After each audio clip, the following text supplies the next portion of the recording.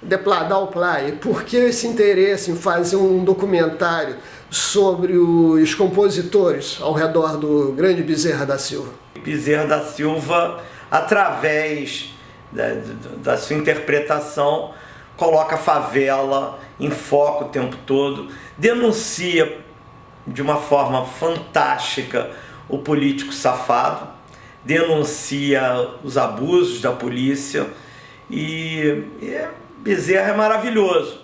Mas por trás desse Bezerra a gente tem uma série de compositores que 99% dos brasileiros desconhecem.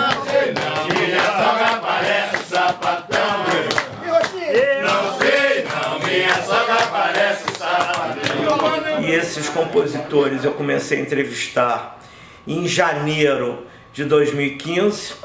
O problema é saber quantos estão vivos. Porque eu já tenho o número dos que eu entrevistei, que foram 40. Já tenho em torno de 40 falecidos, mas aproximadamente 40 que eu chamo dos sumidos. Mas que cada semana eu descubro mais um. E isso torna o trabalho muito rico. E eu acredito que até o final desse ano esse trabalho termina. E é um documentário que é uma maneira também de corrigir uma injustiça, porque muita gente acha que essas músicas são do próprio Bezerra da Silva. Mas de certa forma são.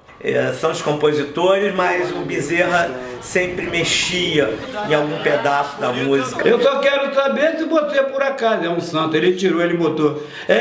Será que você por acaso também é um santo? E tem certeza que quando morrer vai para o céu. Assim a música hoje. Mas ela era diferente, era um... Você falou pequeno detalhe. Essa bichinha para melhor. Ele encomendava muitas, ele decidia e até pressionava os produtores, as gravadoras. Alguns compositores rejeitavam as alterações e Bezerra era muito papo reto, colocava aquele compositor de lado. Bezerra começou como compositor do Jackson do Pandeiro. E ele aprendeu muito com o Jackson do Pandeiro. O Jackson do Pandeiro apoiou o Bezerra, fazia o primeiro vinil dele em 1969. Mas Bezerra se descobriu mesmo no samba e ele tirou proveito, inclusive, muito proveito do termo que um jornalista usou, chamando de sambandido, o estilo do Bezerra.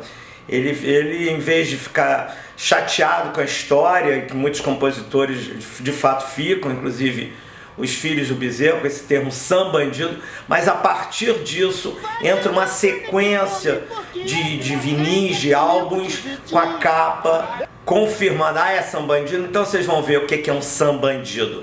E aí o sambandido do Bezerra se revela com capas praticamente proibidas, porque ninguém processou Bezerra, ainda bem, por causa das capas, mas hoje essas capas são assunto polêmico.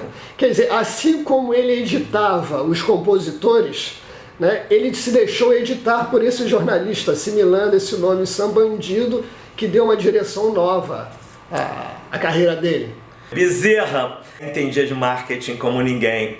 Então ele transformou a ameaça em oportunidade, ele pegou aquilo, a imprensa não gostava muito do Bezerra, criticava, tinha algumas exceções, você era uma das poucas exceções de pessoas que enalteciam Bezerra já naquela época. Agora Bezerra começa a ser reconhecido por todos, mas na época o Bezerra era muito criticado. Antes estava muito ligado apenas a esse cenário do samba, ao cenário do humor, e depois ele foi assimilado pela cultura pop, né, fazendo parcerias com D2 e sendo regravado pelo Barão Vermelho, entre outros que eu me lembre. É uma célula D2 e todos os rappers e MCs, esse pessoal todo é fã do Bezerra, do que ele colocava, né, para fora, e ele colocava como ninguém, ele enaltecia inclusive certos trechos das letras e criou uma verdadeira escola. Se não fosse samba, quem sabe hoje em dia eu seria no bicho. Não deixou a elite me fazer marginal e depois em seguida me jogar no lixo. A forma do samba desses compositores que o Bezerra da Silva selecionou ao longo da sua carreira, é algo que deve ter uma continuidade e até com adaptações para diferentes estilos de música. Esse morro que o Bezerra cantava, né, nas músicas dele, não está muito mudado para o morro de hoje, não? Não há uma cultura, não havia uma cultura assim mais romântica, mais idealizada, e esse morro hoje esteja mais agressivo, mais violento e com menos poesia? A favela, os moradores, e quando eu digo os moradores, eu digo todos os moradores, eles respeitam quem respeita a favela.